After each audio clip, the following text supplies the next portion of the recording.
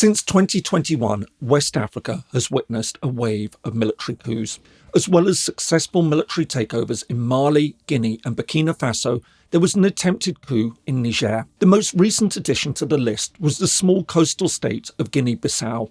On the 1st of February 2022, members of the military waged a 5-hour gun battle to oust the country's president. While the takeover failed, it nevertheless cast attention on a country that not only has a long history of military interventions, but also has an extraordinary and seemingly continuing link to international drug trafficking. Hello and welcome. If you're new to the channel, my name is James Ker-Lindsay, and here I take an informed look at international relations, conflicts, security and statehood. Within the international system, there are many countries that sit outside the established order. These include pariah states, which seek to subvert the international system, such as by exporting revolutionary ideology, sponsoring terrorism, or waging wars of aggression, and failed states, countries that are officially recognised by the international community, but have essentially ceased to carry out the basic functions of an independent sovereign state. Then there are also those countries where many, if not most of the institutions of the state, such as the national and local government, the legal system, police and military, are effectively captured and directed towards a criminal activity, most usually drug production and trafficking. Perhaps the most obvious example of what we now call narco-states was Colombia. But one of the most interesting other examples in the modern international system is Guinea-Bissau. Over the course of the last 20 years, it's come to be regarded as Africa's first and most persistent narco-state. The Republic of Guinea-Bissau is in West Africa. To its north lies Senegal. Guinea lies along its east and southern border. To its west, the country is made up of more than 100 small islands stretching out into the Atlantic Ocean. At 36,000 square kilometres or 14,000 square miles, it's the 134th largest of the 193 members of the United Nations. Its population is estimated to be around 1.9 million. This is made up of over 20 different ethno-linguistic groups. Around half the population are Muslim and approximately a quarter are Christian, with the rest following traditional local religions. The country is also one of the poorest states in the world. According to the latest World Bank data, its gross domestic product per capita is around $730. This puts it in the bottom 15 countries in the world. The history of human settlement in Guinea-Bissau stretches back at least 1,000 years. However, for our purposes, the story really begins in the mid-15th century, when Portuguese explorers established a trading presence in the region. Although Portugal at one stage dominated the west coast of Africa, by the 19th century it had lost control to the other European colonial powers. The most notable of these was France, which dominated most of the region and had established a range of colonies, including Guinea to the south of what now became known as Portuguese Guinea.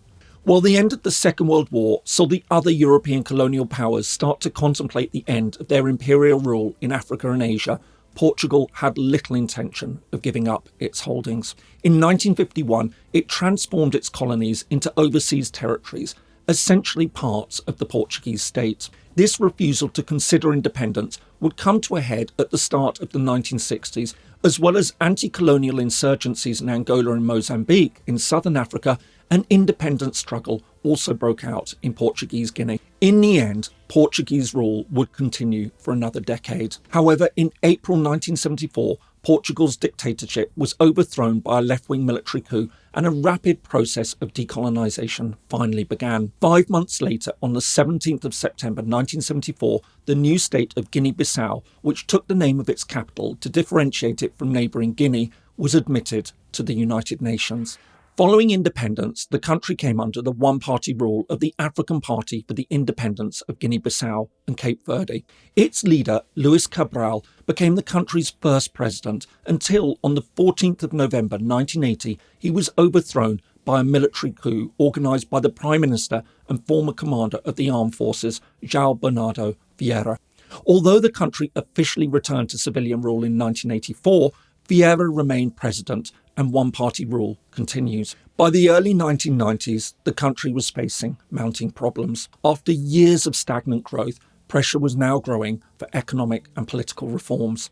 In 1994, the country's constitution was changed to allow for a multi-party democracy.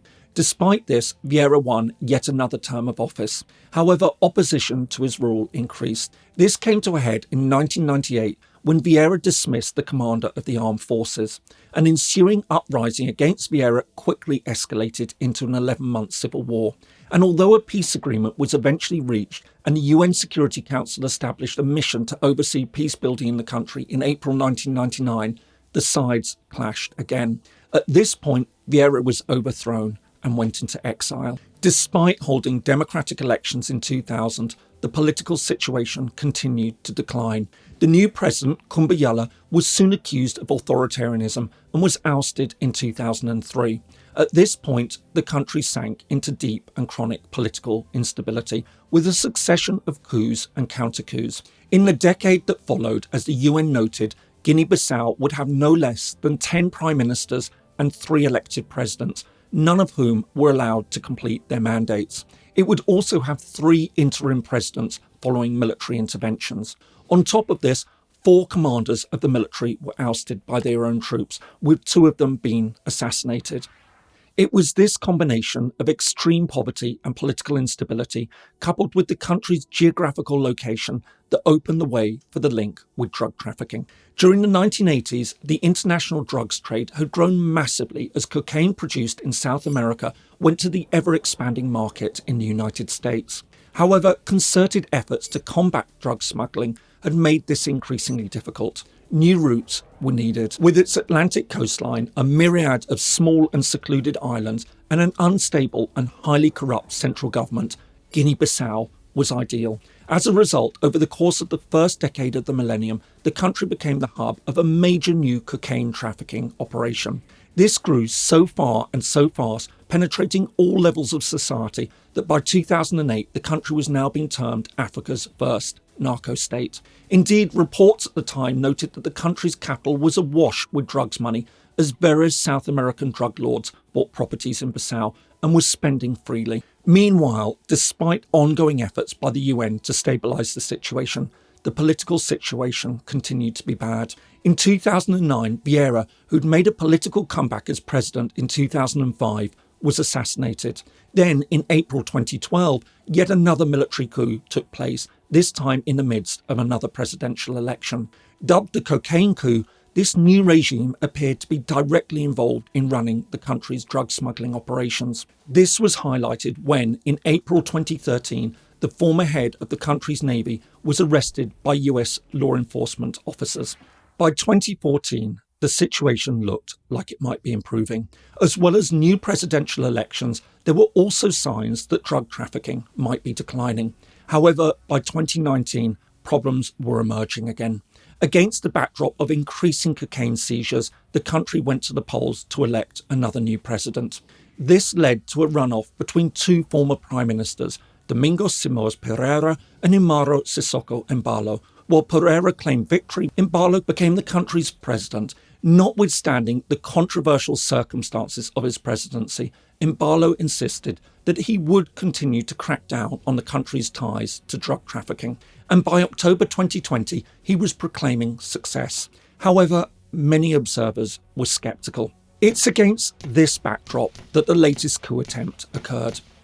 On the 1st of February 2022, gunfire erupted around the government palace where the cabinet was holding a meeting. After a fierce 5-hour battle that left 11 dead, the rebellion was put down. In the aftermath of the attack, Embaló was quick to link the uprising to drugs, directly pointing the finger of blame at 3 military officers who had close ties to trafficking and were wanted by the United States for drugs offences. However, observers have painted a far more complex picture. Despite previous claims that the ties to the drug trade had been broken, the wider view is that the country remains very much linked to trafficking. Indeed, and notwithstanding his tough words, there are suggestions that the president hasn't done nearly as much as he promised to crack down on smuggling. Meanwhile, other wilder theories have also surfaced. There have even been suggestions that the coup attempt was in fact orchestrated by the president to bolster domestic and international support for his administration.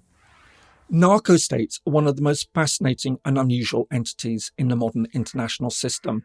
While failed states are countries where the government ceases to be able to carry out the functions of administration, these are countries where large parts, if not most of the state apparatus, is geared towards the growing and/or distribution of drugs. One of the most significant of these has been Guinea-Bissau, one of the smallest and most impoverished countries in Africa.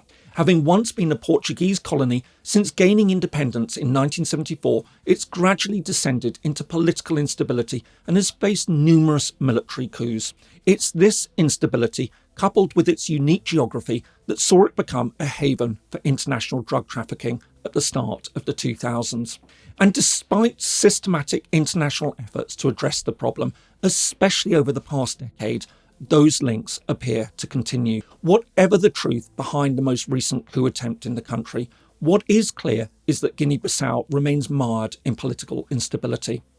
More to the point, for all the claims of the president, it also appears that the country has yet to throw off its mantle as Africa's first and most enduring narco-state. I hope you found that useful. If so, here are some more videos that you might find interesting. Thanks so much for watching, and see you in the next video.